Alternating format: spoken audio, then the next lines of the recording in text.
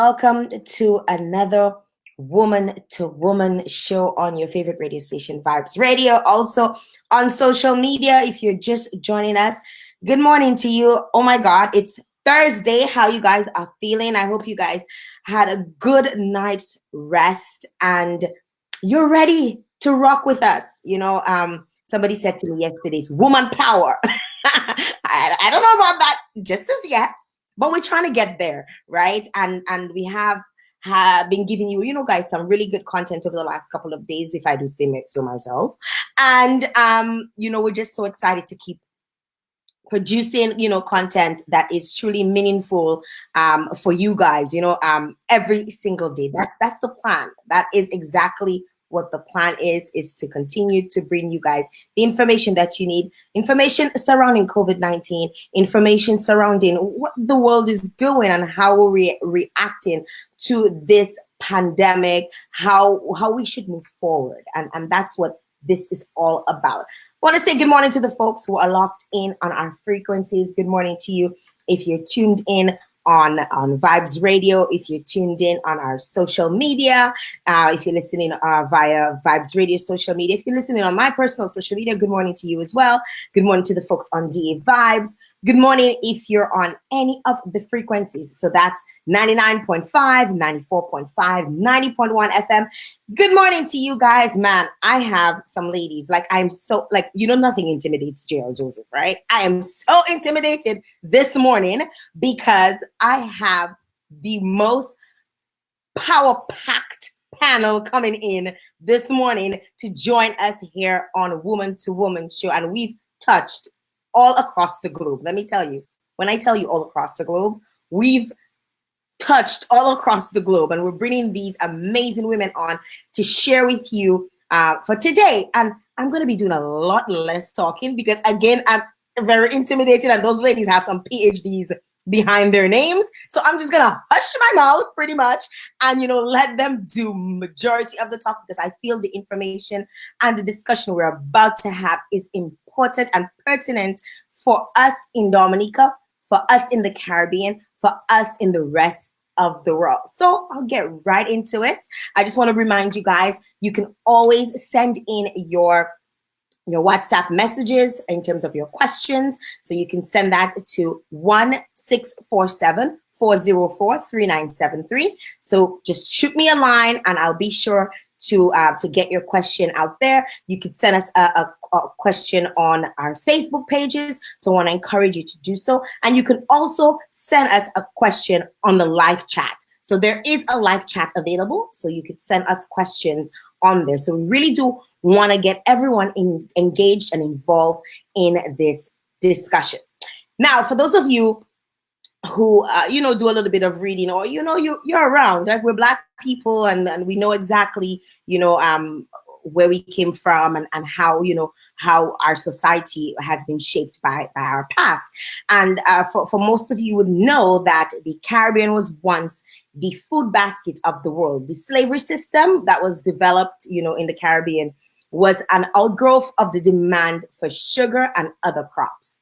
Fast forward to 2019, we have associations like Forbes reporting that most Caribbean countries are net food importing developing countries. That is, imports are the dominant source of our food energy.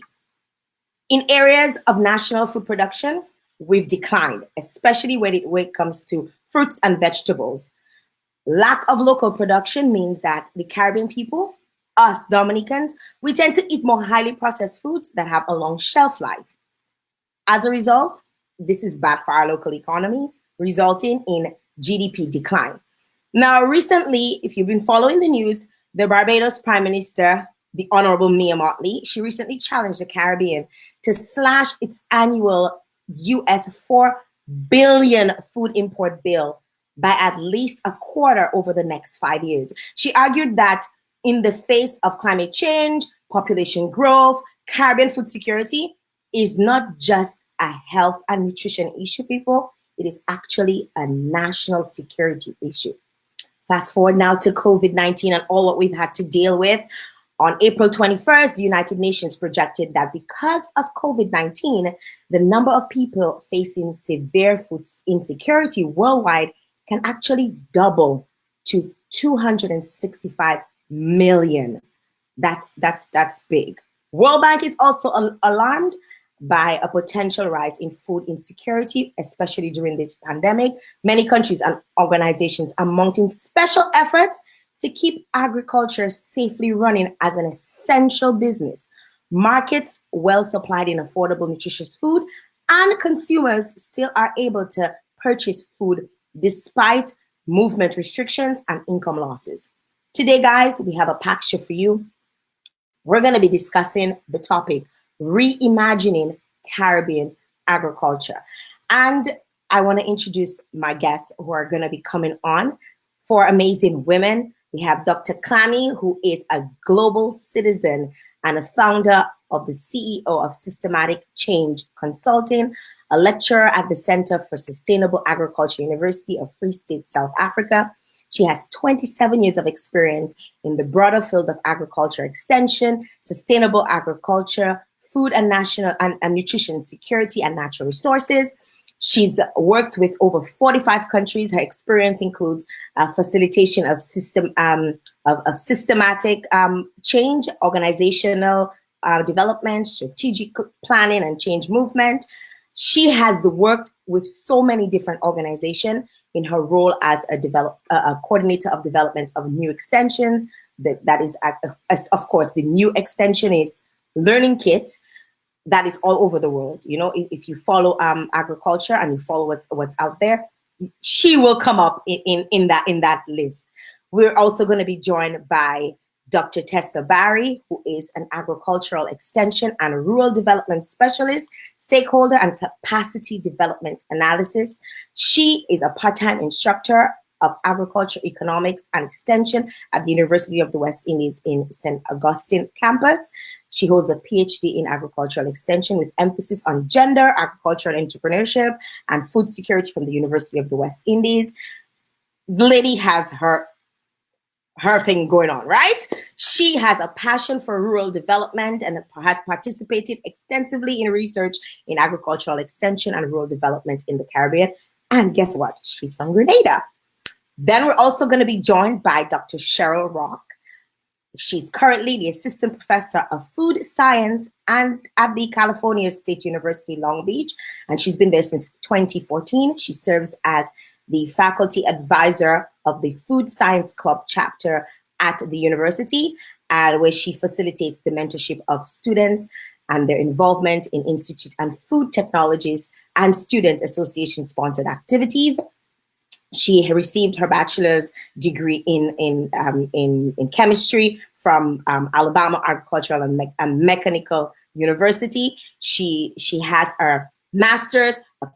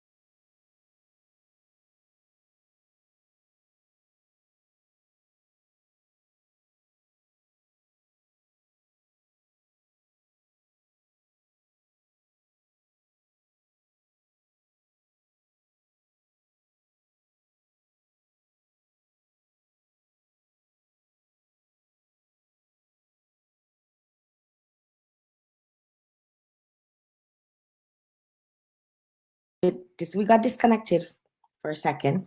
That happens. That happens sometimes. We get disconnected and we have to do certain things. We're dealing right now in a world where we're connecting mostly via the internet, and that's gonna happen. But that's okay. We're ready to go. We're continuing. Thanks, guys, to those of you who are messaging. Thank you very much to those of you who are reaching out. We're back. Let me know in the comment section if you can hear me. My guests, give me some thumbs up if you can hear me as well. My guests waiting in the lobby, okay, they can hear me just clearly, just fine. All right, guys. So when we left off, apologies again for the interruption, but we're taking it away. When we left off, I was introducing Dr. Cheryl Rock, who is currently an assistant professor of food science at the California State University. She also served as a food advisor of the Food Club chapter at the university, as well as facilitates the mentorship of students and their involvement in the Institute of Food Technologies and student-associated sponsored events. Her research includes her interest includes dietary chemoprevention, as well as studying the effects of novel food processing technologies, such as on bioactive compounds in food products and food product development. She has a PhD from the University of Florida, where she specialized in food engineering and processing, primarily on power, ultrasound, and pulse ultraviolet light technologies. So excited to have her. And guess where she's from here? She's from Barbados.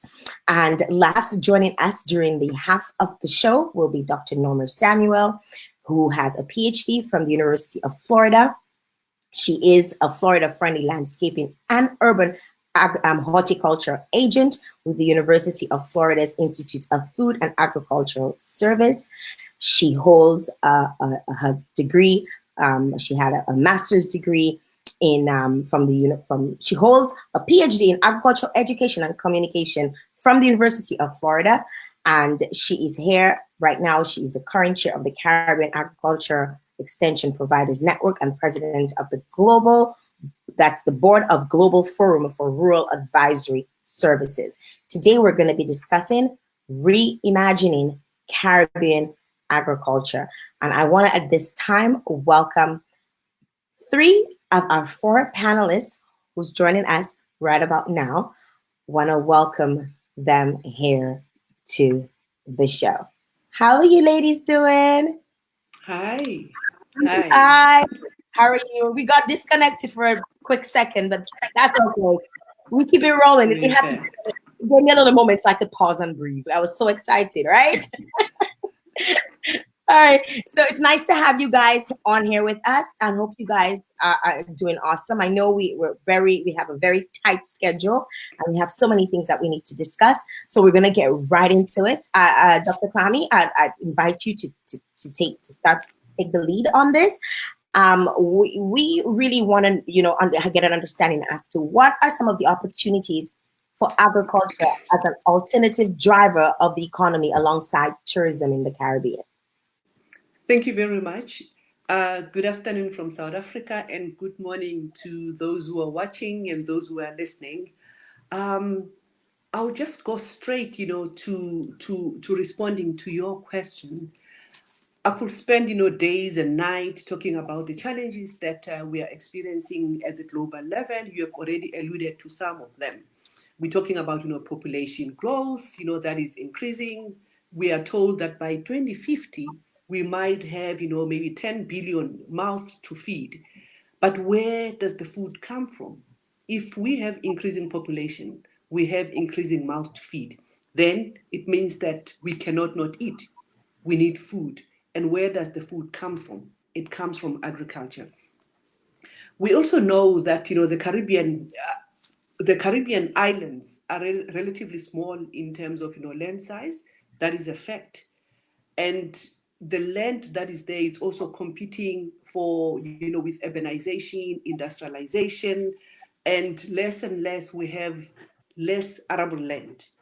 The $1 million question is, how then can we produce more with less?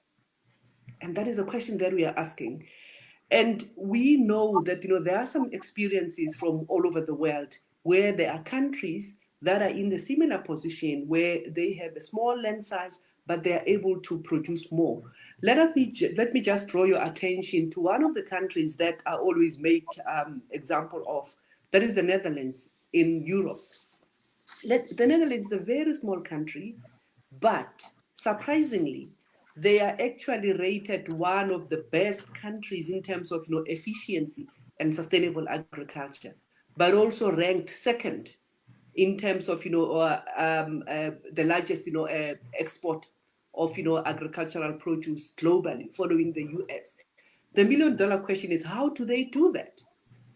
We can argue that the Netherlands is one of the developed countries, then they can do it, but that is not true. They are developed, but there are also other developed countries that are not competing with the Netherlands. It means that there is something that they are doing right. And what is it? I did a bit of study just to check what makes them the best in terms of agricultural productivity. What I found is that they are doing, they have right policies and right, enabling environment.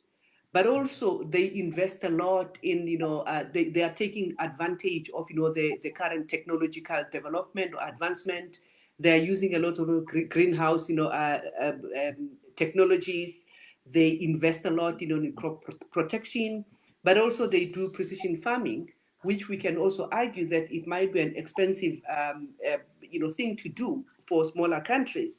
But there are also other opportunities for smaller countries where they don't have a lot of resources. There are a lot of technologies around vertical farming. We have, the appropriate use of natural resources, urban agriculture, and the list is endless.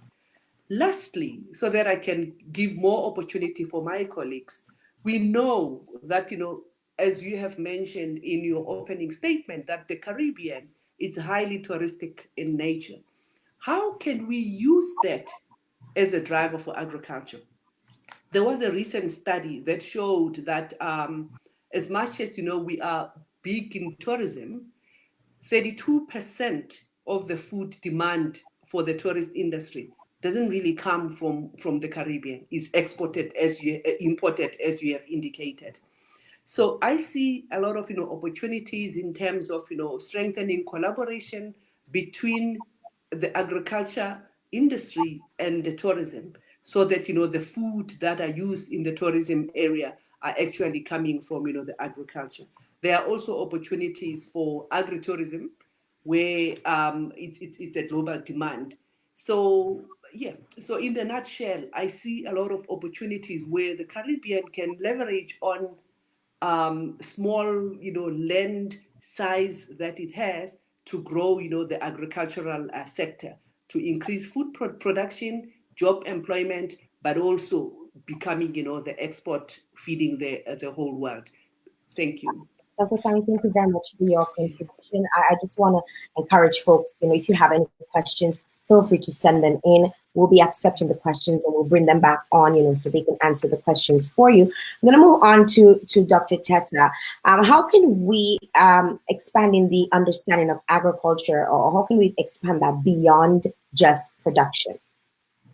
Okay, good morning, Jael. Good morning to my colleagues there. Bonjour tout le monde, to my Dominican folks. And bonjour to everyone across the region. This is an important question, because traditionally we have looked at, whenever we speak about the agriculture sector, the focus has mainly been on primary production. But we are now being called on to look at agriculture more holistically. And so that means looking at it beyond just the productive sector, beyond just production. So we have to now look at agriculture as an entire food system. And so when we look at it as an entire food system, we're speaking about production, we're speaking about storage, we're talking about transport, services, trade, the processing and agro-entrepreneurship aspect of it, distribution and retail, and research, and now technology, as we're talking about technology in organization.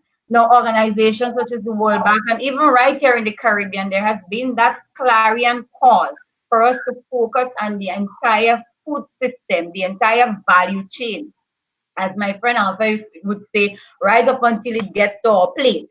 So from farm to fork.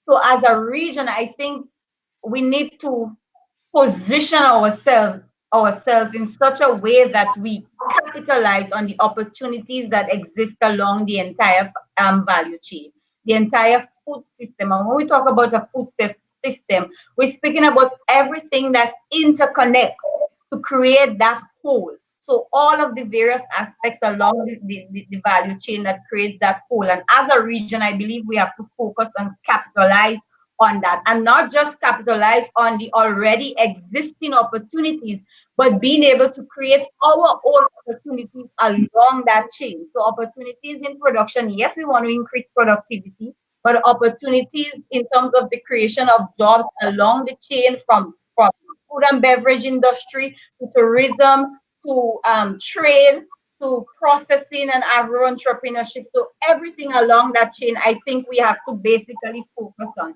the food system. And while we are doing that, there's that saying that as we adapt, we need to adapt while we are adopting. And that's a mantra that is put forward by the World Bank.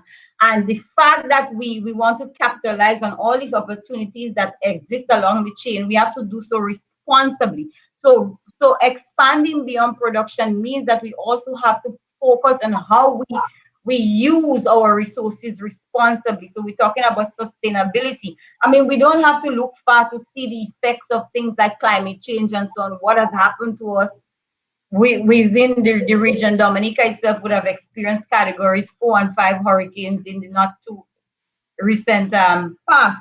So the focus therefore has to be on the entire food system. And while we do that, it means that we have to incorporate all of the key stakeholders. So the public sector, the private sector, the NGOs, everyone has to be involved. We can't leave everything to government. We all have to play our part. So how do we move forward in that? And I get very passionate when I'm speaking about these things, because I believe that we all need to get involved.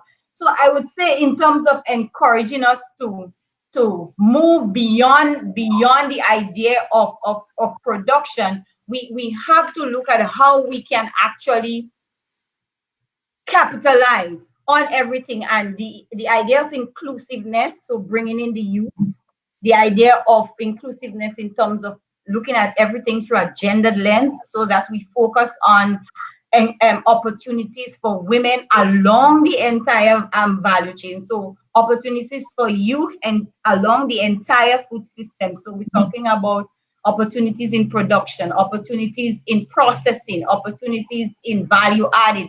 Now, I was looking at a recent study that speaks about the percentage of women farmers registered in Dominica, and it was just about 15% of the total amount of farmers registered. So we need to create opportunities that would basically advocate for the involvement and the encouragement of youth. So I would say reimagining and expanding beyond production within the sector means that we have to focus not just on production, not just on primary production, but on all the aspects within the entire food system. So we're talking all of those that I would have alluded to earlier on. And if we just do a quick search, we would see all of the opportunities in terms of jobs. As a matter of fact, a recent study by the World Bank would have indicated that if you combine all of the job opportunities along the entire food system, you would see that the contribution there is quite significant.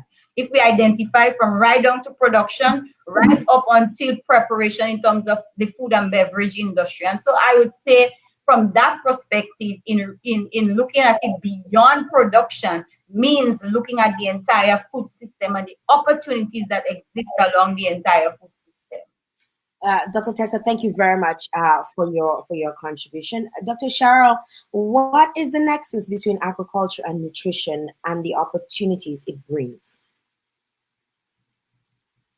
I think your mic might be on mute. Let's make sure your mic is on. Here we go. All right, here we go. Good morning. Good morning. Good morning. Thank you for having me on this wonderful show, and good morning to my colleagues. And so, to answer your question, what is the to connect the link between agriculture and nutrition. And I want to add to what Dr. Barry just talked about with regards to the food industry. So I have 3 things that I would like to highlight regarding this. First, we have to understand what the food industry comprises of basically and how it influences the consumer trends. It's very important because if we are going to be producing food, we have to know what are the major components of the food industry and how it really influences the food that the consumers eat. Second, that would lead to brand innovation, and now we have to address the new normal because consumer values have to be considered in terms of health and also just having a nutrient-dense diet. And third is the whole issue revolving around agro-processing and new food technology, because we have to now consider the modern food facility based on what we are challenged with right now, which is COVID, right? So there are 3 things that we have to touch upon. So first, I'd like to bring to your attention, I want to adequately address the 4 parts of the food industry that must be clearly delineated. So we have, like I want to reiterate what Dr. Barry said. We have the production sector, where it involves the raising and growing of the food crops and commodities for consumption. Then that segues into the manufacturing sector, where we have the conversion of that raw agricultural produce into the conversion of food in different forms and where that the consumers can eat. And then we have distribution, where it involves sales and promotion. And then we have marketing. Who are we going to sell the food to? How much is going to be are the consumers willing to spend? What is the place? How are we going to promote this food? So basically, those 4 areas are comprised in the food industry. Now, that can be further delineated into really understanding how consumers. We can also break down the food industry in terms of consumption based on several major product lines. This includes, for example, the cereals and bakery sector, the meat and poultry, dairy, fruits and vegetables, confectionery, fats and oils, and beverages. These are the 7 major food product lines that consumers do indulge in. These divisions are very, very important because these consumption patterns then influence how the food industry are able to identify and measure how much of these particular products to be produced, which then segues into the second aspect is brand innovation. So these consumer patterns are very important. These give cue that provides feedback to the manufacturers on what is produced and how much is produced. And the industry must respond, or that's how the industry responds to the consumer. So the important piece I want to touch to is that we can produce as much food as we want to, but we have to also consider the health and wellness of the consumer. It should not be negated, because as we are very aware that the issue of the non-communicable diseases are skyrocketing in the Caribbean region, attributed to the consumption of high fat, high sugar, and high caloric diets, right? So basically, as a food scientist, or that's my area of expertise in food product innovation. When I do brand innovation is very important because that's how the industry responds. The feedback comes from what the consumers want to eat based on those 7 major categories. And then that leads into the brand innovation piece, which is based on a framework of I call the 5 Ds. The 5 Ds are basically how the industry functions and really understanding the whole process from farm to fork and how food or brands are innovated. So you first have to decide what are the food products that the consumer wants. Well, I just mentioned the 7 major food lines, right? Then discovering what makes these products unique based on the demographic. So every demographic is different. They're the Gen Zs, the Gen Xs, people who are older, younger. So we have to consider who are we producing the food for. And then once we discover that, we have to define what is going to be in the food. So like I mentioned, that the whole scenario behind the food production is not just based on having sufficient food, but also food that is nutrient dense, adequate, varied, moderate and balanced in terms of the caloric, the sugar, and the fat content, because you want to consider the consumer health. And last, when we develop products, you have to consider all the regulatory legal aspects behind the food product. For example, you don't want to produce product that is unsafe. We have the whole issue with COVID right now, which revolve on the virus. Viruses and microorganisms are very dangerous. So can you imagine the catastrophe if we just we ignore or negate the safety of food? So when you develop a product, the manufacturing industry, yes, have to respond to the consumer demand, but we have to consider the regulation, the intellectual property, protecting the consumer brand, the integrity, and also minimizing the issue of food fraud. That's going to be a hot topic coming up. And last, we want to think about how are we going to get the food to the consumer? How are we going to deploy it, right? There's a lot of changes now in terms of how the modality of which food is being delivered or disseminated through food service or the internet because of the whole issue of the social distancing, right? So these are things that have to be considered. Now, Dr. Barry mentioned the food system that has to be considered. Why? Because we have to also consider, is the production of food also economically feasible? How are we going to make because the farmer or the manufacturer has to make a risk. Do we take the risk to produce all this food and lose it in the end, because also they have to make a profit?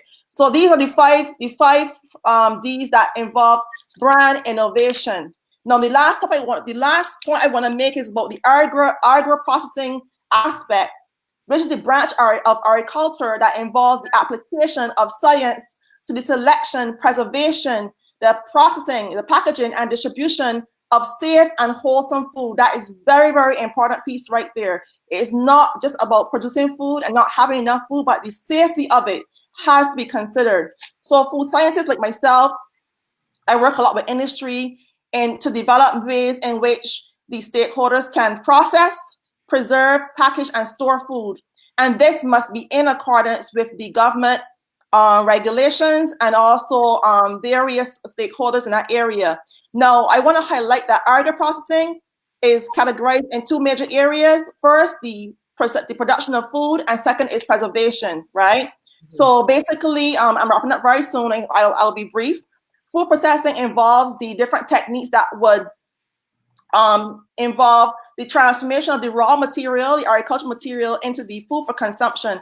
For example, we have pasteurization. We know that juices have to be pasteurized to make them safe. That's an example of of a food process. And then the preservation to extend the shelf life. Now, the hurricane season is coming up. We want to make sure that not only we have food for immediate consumption, but to also sustain us in the event of a disaster. And last, COVID has a significant impact on the lives and the food industry, which is undeniably the most essential part for our survival, the food industry. So the consumer behavior has shifted in terms of what is being consumed in terms of shelf-stable foods, as well as those that have longer shelf life. But how long will this last is very unclear. So therefore, the approaches in the response to COVID will be to really think about implementing social distances in the factory, because of course, this is a public health issue, and we have to think about the future in terms of how do our agro-processing businesses look like. So it has to be addressed from the short-term perspective and a long-term perspective. And that relates to the culture, the people-first approach. So you have the manufacturers taking care of their employees, who then take care of us as the consumers. And then we talk about the engineering and the environmental controls, the increased need for staggered shifts, the enhanced sanitation of workspaces, etc. So these are things that will challenge us as we move forward and really seeking to reimagine the whole arena around the sustainable agriculture in the Caribbean. Thank you for listening. Thank you so very much for your contribution. In all your voices and your presentations. One of the things that stayed with me, adopt and adapt. That's one of the things that, that really, really resonated with me. We're going to be taking a short break at this time. When we come back, our Dr. Clam is going to be placed in the lobby, but she'll still be around. So if you have any questions, I encourage you guys to ask your questions now so that we can ensure that we get everybody's question answered during this time. But when we come back after the break, we're going to be bringing on Dr. Norma, who's going to be talking to us, a little bit more about in terms of the economics and all of that stuff that goes along with agriculture. she's doing her thing out there in Miami, in Florida. And, we want to get her on so she can contribute to this conversation. So we're going to take a short break. We need to pay those bills. The show is sponsored by the Dominican Red Cross. So we want to say thank you very much to the Dominican Red Cross for their contribution towards this show.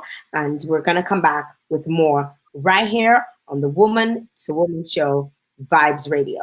Keep it locked. We're coming back right after this.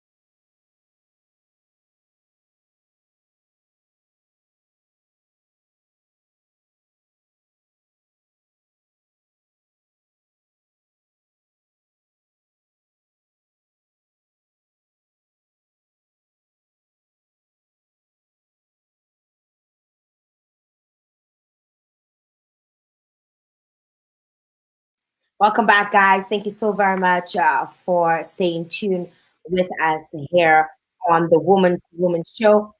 We're continuing with the discussion at this time. We're going to be bringing on a few of the ladies on here with us. Specifically, we're going to be touching in with Dr. Norma, who's standing by. So we're going to touch in with her at this time.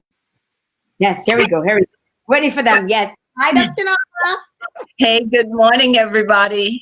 Good morning. I'm doing good. Thank you so much for having me. And so for my part of the discussion, I'm going to be talking about creating a favorable policy environment that's going to support moving the agriculture sector forward. And so you started out the discussion by mentioning that the Honorable Mia Motley has been talking about reducing that food import bill within the region. And that has been a discussion that has been taking place probably for 20 or more years now, but no significant progress has been made towards meeting that goal. And I think with the COVID-19 and the entire globe being affected by this virus, it really brings to the forefront to the region, there's a need to improve on building its food and nutrition security for the residents of the region. And what I would like to propose is that we have regional and national agriculture policies throughout the region. And we should have policies that prioritize agriculture. And most of the countries in the region, they depend a lot on tourism, especially the smaller islands. Tourism is the main driver of those economies. And so how can we integrate, the tourism and the agriculture so that, we're building stronger systems? Because we're not saying give up tourism, but there needs to be, some complement between the two. So in terms of putting together, national and regional agricultural policies, we need to bring together all the stakeholders along the value system. So it should not just be, the ministers of agriculture getting together and putting together this policy. You need, farmers, you need input suppliers, bankers, all the consumers also. So all these people within the value chain should be involved in putting those policies together. So while you're putting those policies together, you should identify the opportunities that exist and the barriers that exist to implementation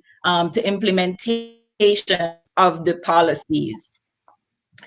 Another thing I'd like to talk about is incentives for investment. And we should look at creating policies that are favorable to stimulate investments along the value chain. Now, agricultural production in the region is driven heavily by small farmers. And a lot of these small farmers, they do not have access to the resources that the larger farmers have. So these larger farmers, they have the capital, they have, they have the financial capital and the human capital to support their enterprise. But the smaller farmers, they do not have the financial capital and they support that's going to help them with implementation of technologies. So that's where, someone like me come in. So as an extension agent, I work with people out there in the industry to take the research that's out there to them so that they can improve their lives. And so that's what we want to do within the region. And I like to tell, folks here in the US that extension in the Caribbean is known. However, they struggle because they lack the resources to help them implement the duties of their position. And so sometimes, the farmers are more advanced in technology than extension. So building the capacity of the extension professionals is going to be important in order for them to support farmers and farm families so that they can be profitable within the sector.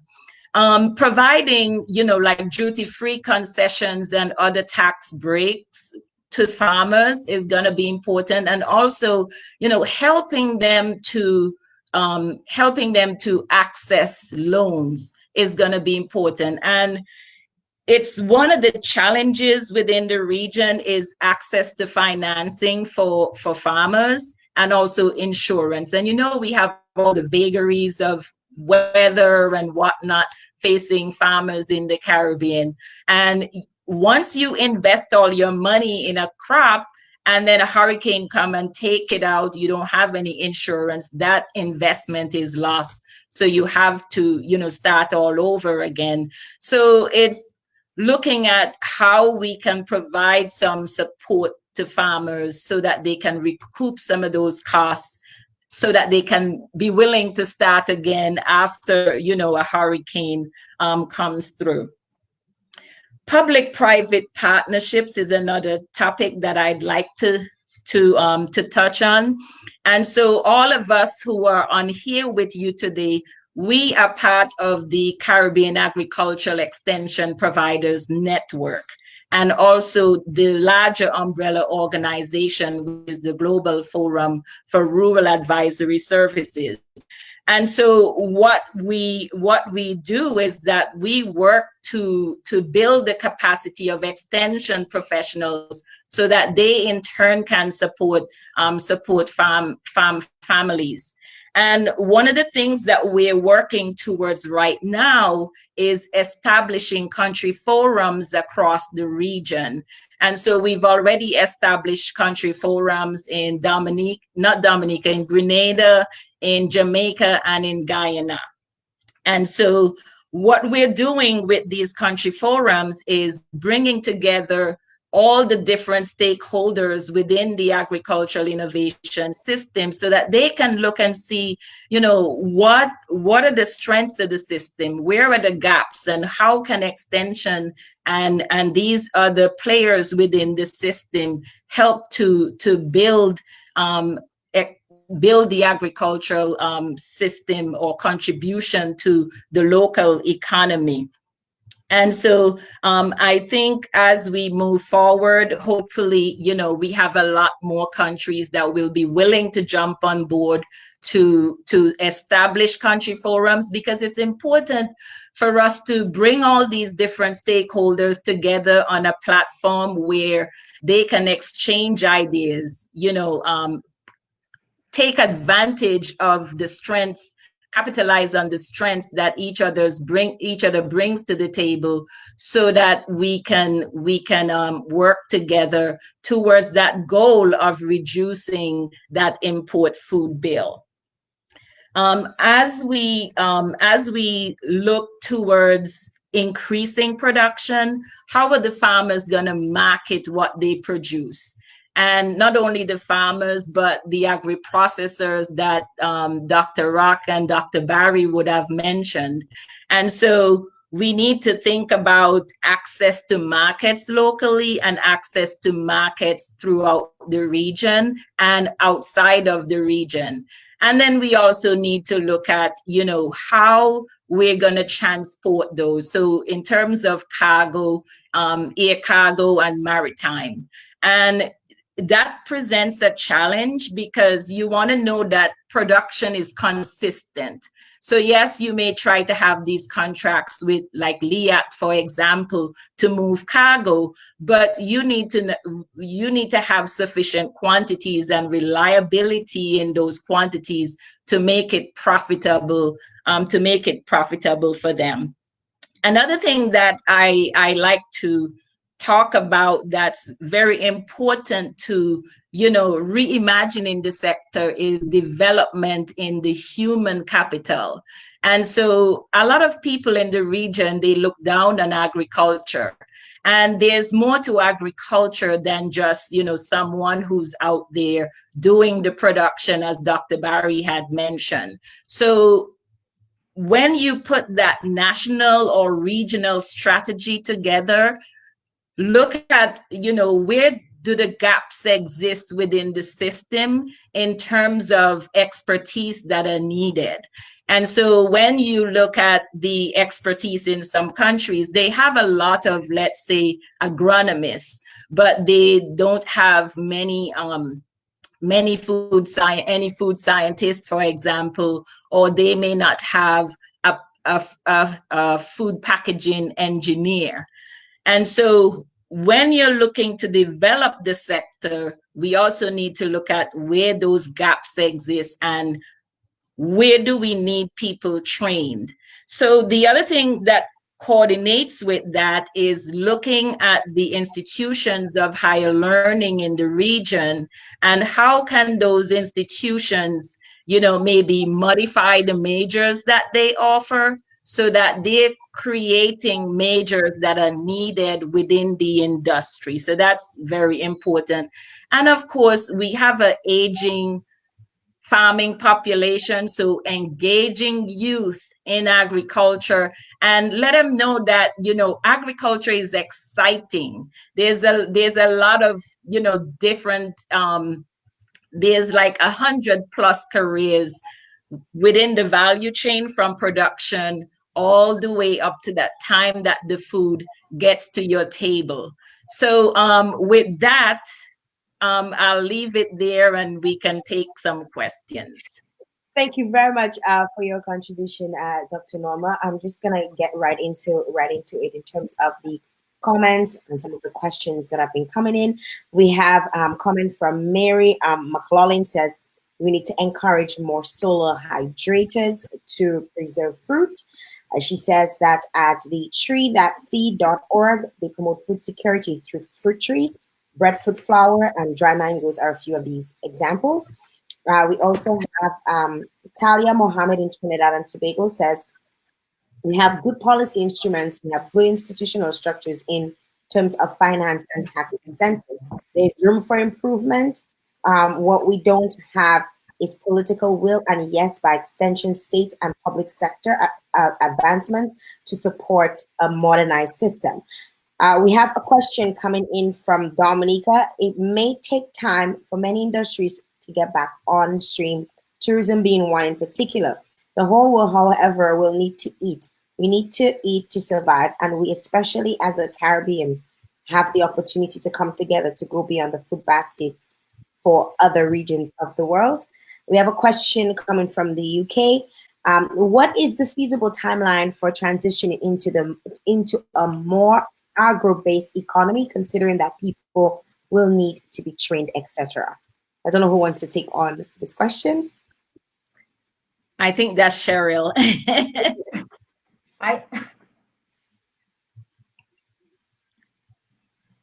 can jump in while Cheryl thinks. I think the time is now. It's about time. I feel that one of the things that this pandemic has really highlighted is the need for all of us to come together. The timeline is unclear, but the fact of the matter is we all have to eat. We have to eat now. There's no tomorrow. We have to eat now.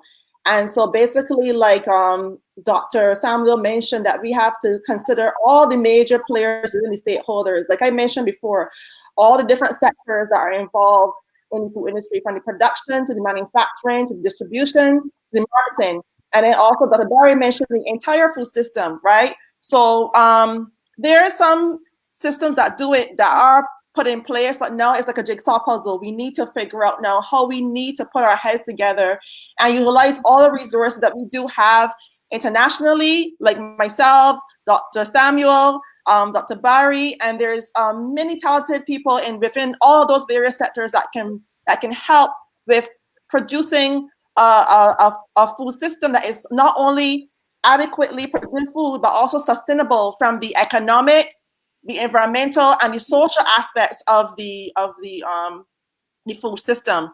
And so basically that's my take on I hope I answered the question, but in terms of timeline, the time is now. Yeah, I would like to add to that by saying that the transition period is ongoing. So we begin now, and it's like a continuation over a period of time. But I would also like to suggest, as I was alluding to earlier, and everyone else would have mentioned, in terms of expanding beyond production, we have to start from those infants to look at, so that they can see the entire system, because in the next 15, 20 years, they would be in the employment sector. So in terms of incorporating all of these things that we have spoken to, as it relates to alternative sources of energy, processing, looking at agriculture as a business, not just as an aspect of a lesson, but as an entire mindset from as early as the infants, you know, from in terms of expanding our views beyond production as we attempt to reimagine how agriculture should be looked at within the Caribbean. No, can I quickly with regards to the comment from Trinidad regarding policy? And yes, some countries do have agricultural policy. I know Dominica, for example, had a draft policy developed in 2016. I don't know if it had been finalized and adopted. The key thing is that as you go from one administration to the next administration, you want to know that they're building on that policy and they're not, just starting from scratch all over again, because that will just keep you right in that rut where you're just continually restarting. Yes, I totally agree with this. Somebody saying, what pointers can leaders in the Caribbean agree on, in a nutshell, to position themselves to be a major player in food production and security for the world? I would think that, they need to agree that, yes, they have this massive food import bill that needs to be reduced. And also they need to agree that they need to make more of a financial investment in agriculture and not, putting agriculture on the back burner. That's what I would like to see them agree on. Yes, I totally agree with you on that. We have another question here from Jennifer France saying, you made a good point about hurricanes and having to start over annually as it relates to hurricanes destroying crops. Is there going to be a point in time when our farmers will be required to have insurance coverage to cover any such hurricane damages? I'm not sure who would like to take this. Well, that would be a good thing for them to have. However, you don't have many or very few, if any, insurance companies providing, policies to farmers in the region, just because we live in a very high risk area. What I would like to say, though, is that, taking from the example of Jamaica has an excellent agriculture disaster risk management plan. And that is something that would be good for different countries to adopt that model to suit their situation, so that they know how they can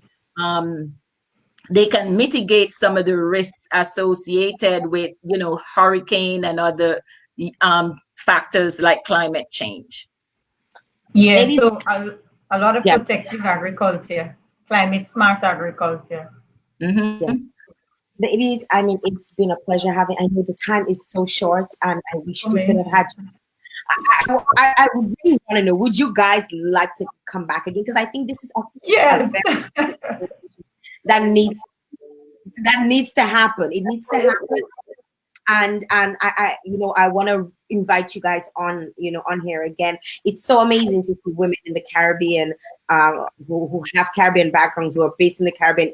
Dr. Klani as well. Well, she's part of the Caribbean. We're all one big family. Yeah, we adopted her. And the fact that you guys are so driven behind agriculture, I hope women and youth are encouraged by what you guys are doing, to see that you're all in your different respective capacities, but you're all tied in and connected through not just the Caribbean, but also through agriculture. And it's time, like Dr. Cheryl Rock says, it's now. It needs to happen now. We cannot wait for it. Look at how everything's changing. Before we used to use hurricanes, now we have epidemics to deal with, right? So we need to ensure that we have food security now, not tomorrow, now. Thank you very much, guys, for coming in and your contribution. Dr. Klani is in the thing there with her Trinidad. She said she's supporting Trinidad and Tobago.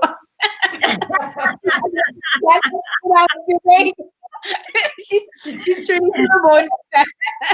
Thank you very much, guys. All right, thank you so much for having us. Thanks for having us. Yeah. All the best. Have an awesome day, guys. Stay safe and be well. Thanks. All right. Okay, bye. Bye, Dr. Kalami. Bye-bye. See you. Take care. Bye-bye. Thank you very much to the lovely ladies who joined us here all across the globe, to share on reimagining the Caribbean agriculture. Very important conversation. We're gonna wrap it up for today. Hope you guys have an awesome day. Thank you very much to our sponsors. Thank you to Vibes Radio for bringing this content through. Thank you very much to everyone who came on, who saw it, who shared the live. It's very important that you guys share this lives so that other folks can get in the conversation. Other folks can be part of the conversation, and other folks can understand how important it is for us to consider many things, especially in this topic, agriculture. Thanks again for tuning in. Thanks to our sponsors, the Dominica Red Cross. We're taking you back to Master Control. Till tomorrow, right here on the Woman2Woman show. Thanks again. Bye-bye.